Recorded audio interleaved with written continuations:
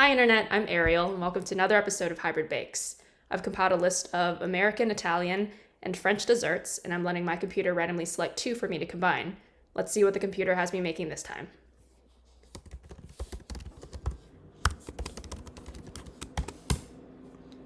Please make a hybrid between Baba Rhum and Gianduiotto.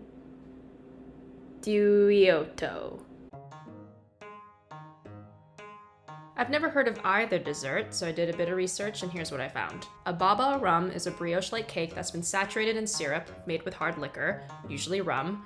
The dessert's typically served with whipped cream or pastry cream. There's no one agreed upon origin story for this dessert, but the prevailing narrative is that it arrived in France in the early 1700s. The exiled Polish king Stanislaw Leszczyzny,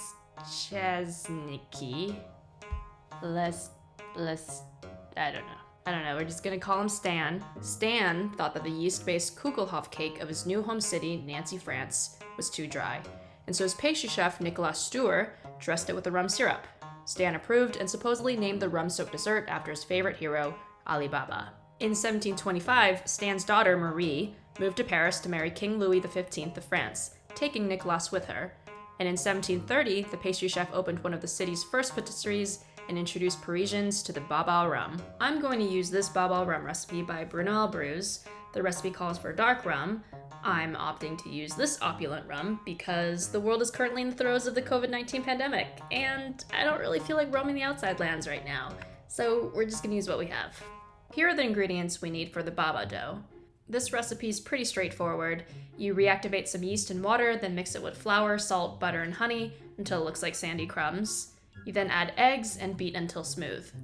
Once the mixture comes together, you scrape down the sides of the bowl and beat the dough for 7 minutes on high to develop gluten. After 7 minutes of beating, I did not achieve the same level of elasticity Bruno shows in his video, and after an additional 10 minutes of beating, I still didn't get that level of gluten development. But in fear of overworking the batter, I just went ahead and portioned out the dough into a buttered muffin tin. I'll let the dough proof for an hour before baking the baba at 375 degrees Fahrenheit for 15 minutes, then unmolded them while they're still warm. An issue I ran into was that the bottoms of my baba looked pretty anemic after the 15-minute mark. I think primarily because I nested the muffin tin in a baking sheet for easier oven retrieval. Compare these bottoms to these bottoms, where I didn't use a nesting system.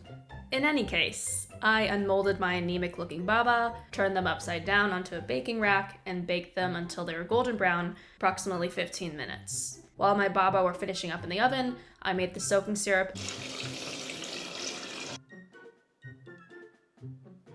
and orange confit. After letting the baba dry out for 48 hours, I cored each baba, brought my soaking syrup back to a boil, and soaked each baba for about 5 minutes, then transferred them to a drying rack to drain and cool in the fridge. So something worth noting is that the baba absorbed more of the soaking syrup when the syrup was warmer, for reasons unknown to me. If I had to make an educated guess, I would reason that it's because the warmer syrup is slightly less viscous than cooler syrup, making it easier for the cake to absorb. After the baba rum cooled, I glazed them with a diluted apricot preserve, filled them with whipped cream, and topped them off with strips of orange confit. Commence taste test. This is baba rum. Unsurprisingly, the cake is very moist and very tender. The texture reminds me of a pancake that's been soaked in syrup. You can really taste the citrus, and the whipped cream pairs really well with the citrus. We tested this baba rum right after taking it out of the fridge, and it's very refreshing when served chilled. One critique of the recipe is that we couldn't really taste the rum. We mostly picked up the orange in the syrup. Overall, a really great dessert, and I think it'd make for a great summertime treat.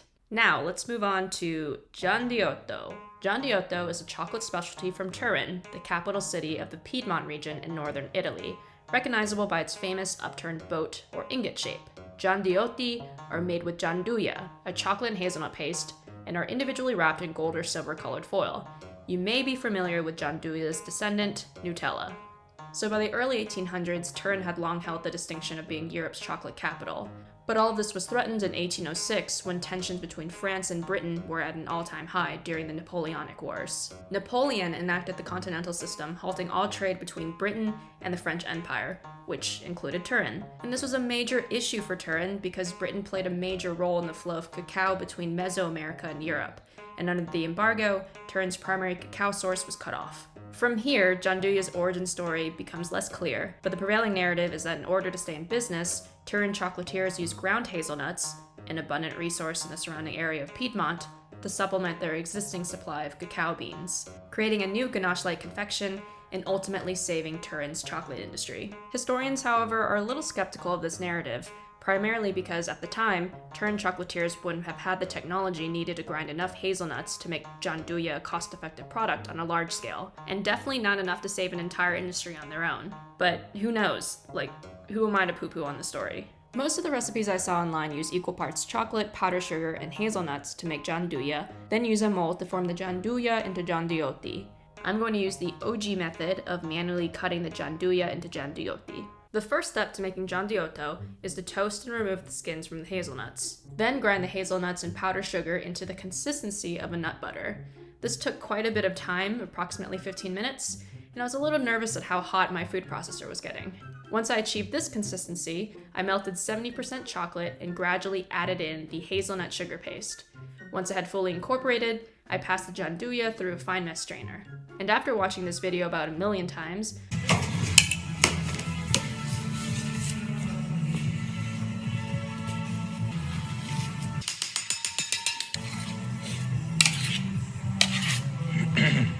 I moved on to the hard part of shaping the gianduia. I found that the gianduia is easiest to shape when its temperature is around 80 degrees Fahrenheit.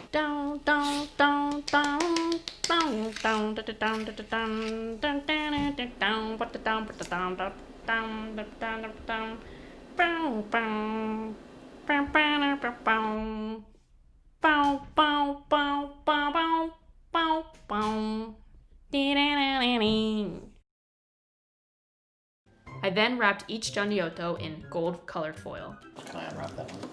Yeah. The gianduiotto is delicious. It's soft and fudgy and not overly sweet. It's a lot nuttier than Nutella and has a slight bitterness to it. It's also not as creamy as Nutella. It has a grittier texture. Overall, delicious. Here are my ideas for the hybrid. Like the gianduiotto, the hybrid will take the shape of an ingot, so I'll be baking my baba in this pate mold. I'm going to bore out 6 holes on the bottom of the baba, fill the holes with gianduia whipped cream, and plug them back up with bored out cylinders of baba. I'm concerned about the fragility of the soaked baba, so I'm going to split the ingot in half to make the sponge easier to handle. Like before, I'm going to soak the baba in a rum-infused citrusy syrup. We didn't pick up much of that rum flavor in the reference baba, so I may increase the rum concentration for the hybrid soaking syrup. I'm going to frost the outside of the baba with gianduia whipped cream, but rather than applying an apricot glaze, I'm going to apply a gianduia mirror glaze. To add a punch of gold, I'll decorate the top with flecks of gold leaf. Okay, so now I've gone over my ideas for the hybrid. Now I'm going to go over my concerns. The first one is about flavor pairings. Does chocolate and hazelnut pair well with rum? This one first.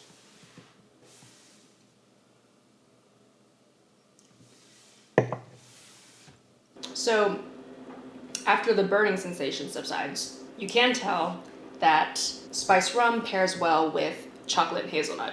With that said, I am going to increase the concentration of spiced rum in the soaking syrup, but I'm not going to go overboard.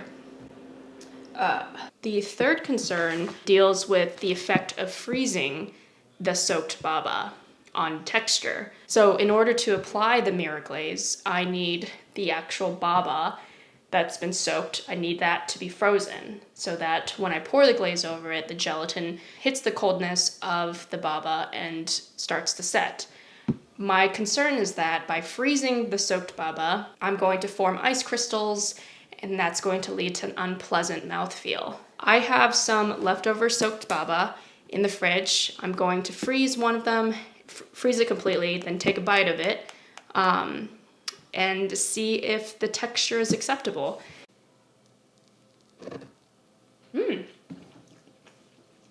It's still acceptable. Okay, with all of these concerns addressed, I felt comfortable moving on to baking the ingot-shaped baba and preparing the soaking syrup, where I doubled the amount of rum called for in the original recipe and added the rum after the syrup came to a boil to avoid boiling off too much of the alcohol.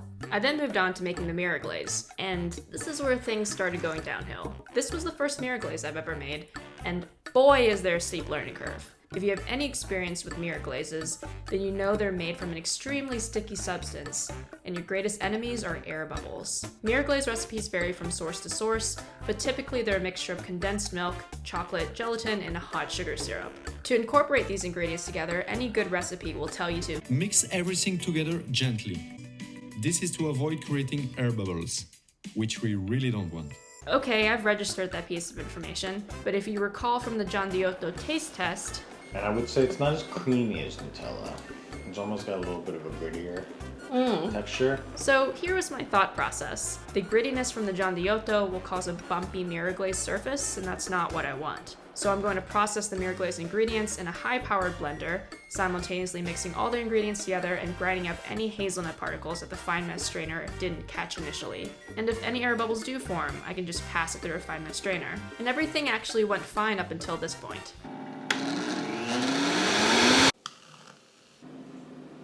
So TurboBlend incorporated a bunch of tiny little air bubbles into the glaze. And because of its high viscosity due to the gelatin, the air bubbles remained suspended in the solution. And my fine mesh strainer was definitely not fine enough to pop all of those little air bubbles. So I spent a few hours passing the very sticky and now solidifying glaze through a fat skimmer. And even that wasn't fine enough to revert the glaze back to its original color. But ultimately, I think the glaze was fine. When they say to avoid air bubbles, I think they're primarily wanting to avoid this situation.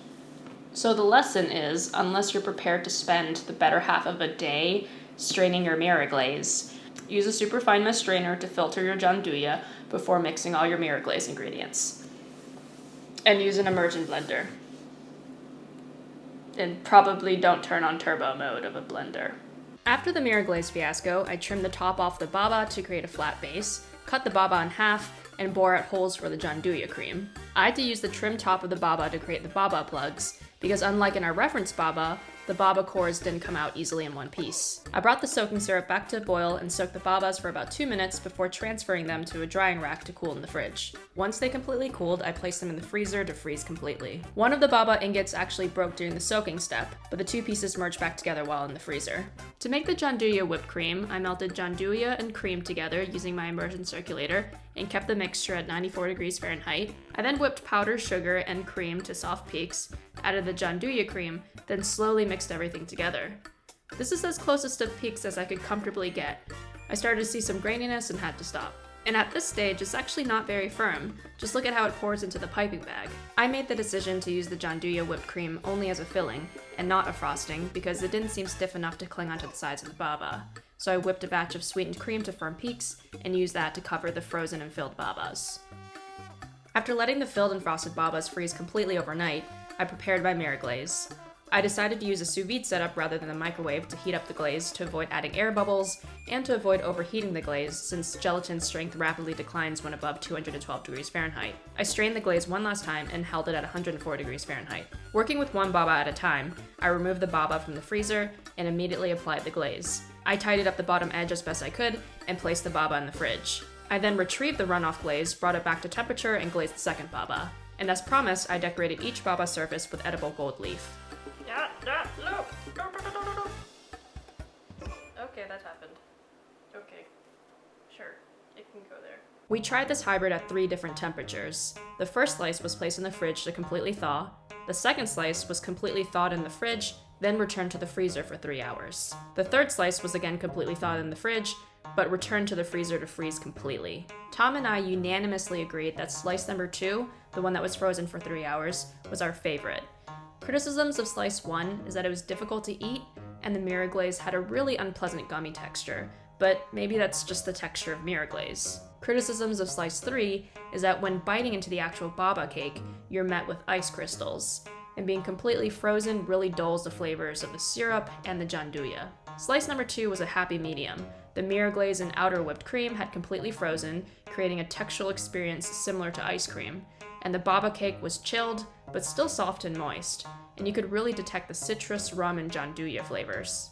This was probably the hardest hybrid I've made to date. The entire research process, brainstorming, and construction of the hybrid took about 9 days, and the major bottleneck was the temperature sensitivity of the hybrid components, like the mirror glaze. Although this hybrid did give me some trouble, I did learn a lot, and if I'm ever in need of an adult ice cream cake, I will definitely be making this. And if you'd like to have a go at this hybrid, you can find the full recipe following the link in the description. If you enjoyed this video or learned something new, please consider subscribing. Alright, thanks for watching guys, and I'll see you next time.